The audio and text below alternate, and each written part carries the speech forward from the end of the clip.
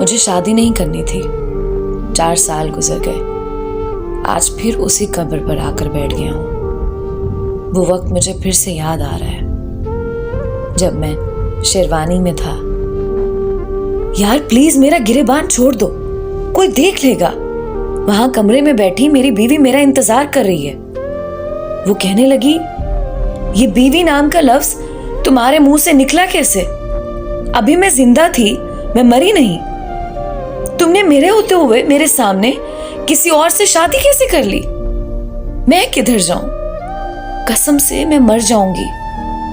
मुझे समझने की कोशिश करो।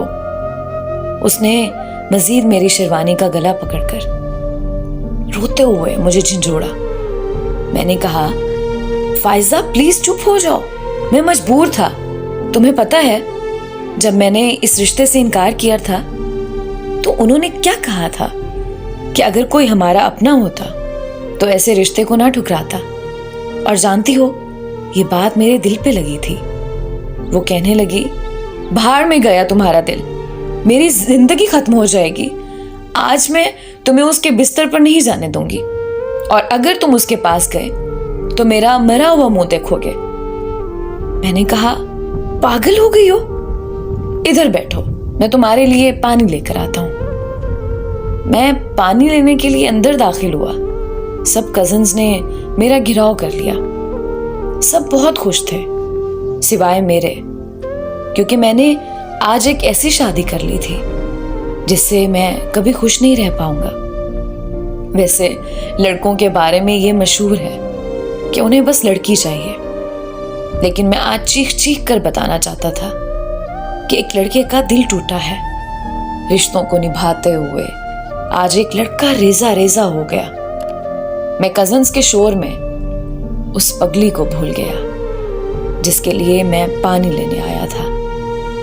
सबने मजाक करते हुए मुझे एक कमरे में दाखिल कर दिया जहां एक लड़की दुल्हन बनी मेरे इंतजार में बैठी थी, जो बहुत सच संवर के बैठी हुई थी। मैं जैसे ही कमरे में दाखिल हुआ मुझे एक शोर सुनाई दिया। मैं उसी वक्त पलटा, भागकर जाकर देखा तो कोई जमीन पर पड़ा तड़प रहा था।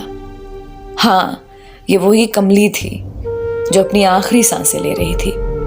मेरी आंखों के सामने अंधेरा सा छा गया और मैंने भागकर उसको अपनी गोद में उठा लिया और जोर जोर से चीखने लगा, गाड़ी निकालो।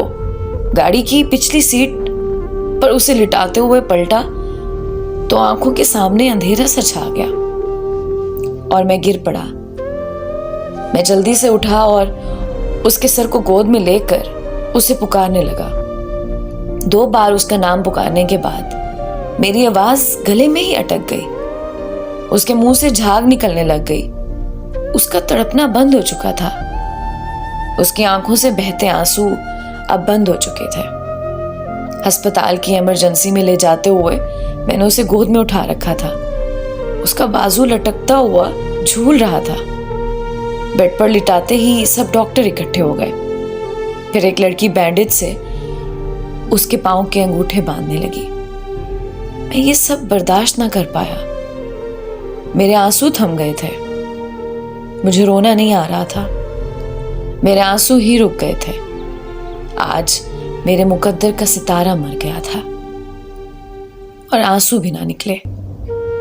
ये तो नाइंसाफी थी मेरे साथ। फिर एक लड़की मेरी तरफ आई और कहने लगी, सर यहां पर आप साइन कर दें। दिन वही था, तारीख वही थी, बस वक्त तब्दील था।